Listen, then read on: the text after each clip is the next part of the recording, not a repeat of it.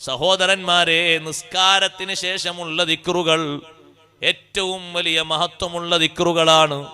നിസ്കാരത്തിന് ശേഷമുള്ള ദിക്റിനും ദുആഇനും ഇരിക്കാതെ പോകുന്നവരെ പിടിച്ചു വെച്ച് ചോദ്യം ചെയ്തിട്ടുണ്ട് ഹബീബ് സല്ലല്ലാഹു അലൈഹി വസല്ലം.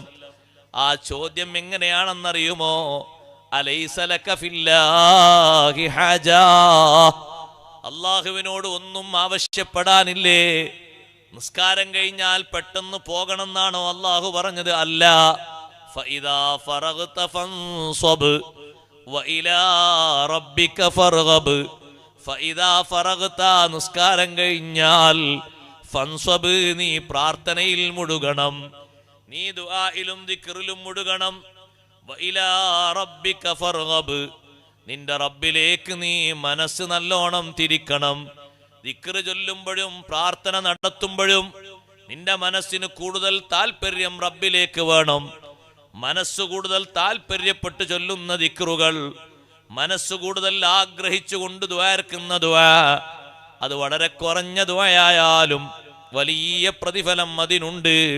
നിസ്കാരത്തിന്റെ ശേഷമുള്ള ദുആയല്ലേ, നിസ്കാരത്തിന്റെ ശേഷമുള്ള ദിക്റല്ലേ, അതിന് വലിയ മഹത്വമുണ്ട്, സ്വീകാര്യതയുണ്ട്. നിസ്കാരം കഴിഞ്ഞിട്ട് പെട്ടെന്ന് ഒക്കെ തീർത്തു പോകണം എന്ന മനസ്സുണ്ടാകരുത്. ചിലർക്ക് അങ്ങനെയാണ്.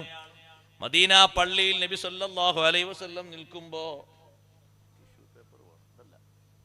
നബി സല്ലല്ലാഹു അലൈഹി വസല്ലം നിസ്കാരം കഴിഞ്ഞ് മദീന പള്ളിയിൽ നിൽക്കുമ്പോ ഒരു സ്വഹാബി നിസ്കരിക്കാൻ വേണ്ടി പള്ളിയിലേക്ക് വന്നു.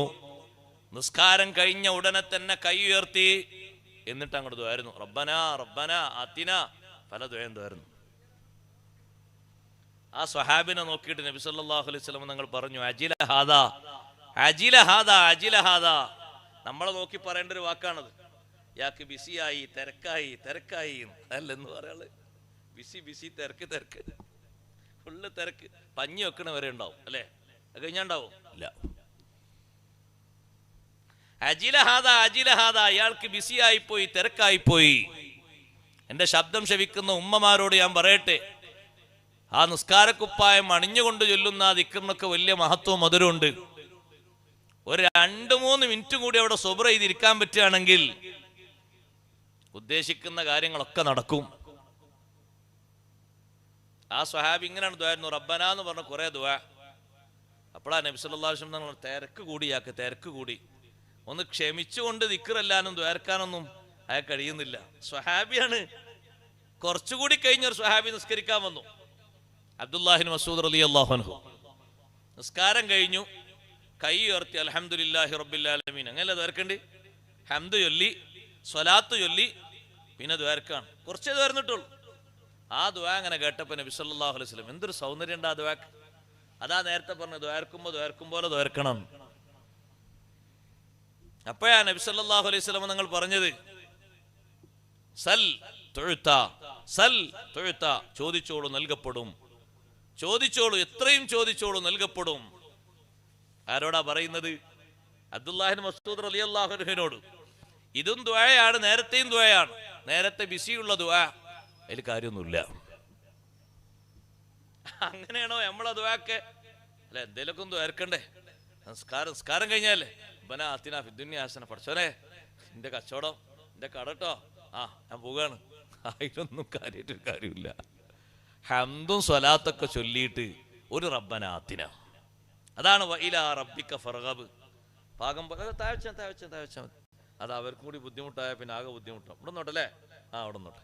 വഇലാ റബ്ബിക ഫർഗബ്, റബ്ബിലേക്ക് ശരിക്കും മനസ്സ് തിരിക്കണം. മനസ്സിലുള്ള ആ ആഗ്രഹം കൊണ്ട് ഒറ്റ ദുആ നടത്തുന്നത് മതി, ഒരു റബ്ബനാത്തിനെ മാത്രം നടത്തുന്നത് മതി. പക്ഷെ ഒരു ഹംദും സ്വലാത്തും തുടക്കത്തില്, ഒടുക്കത്തിലും ഒരു ഹംദും സ്വലാത്തും.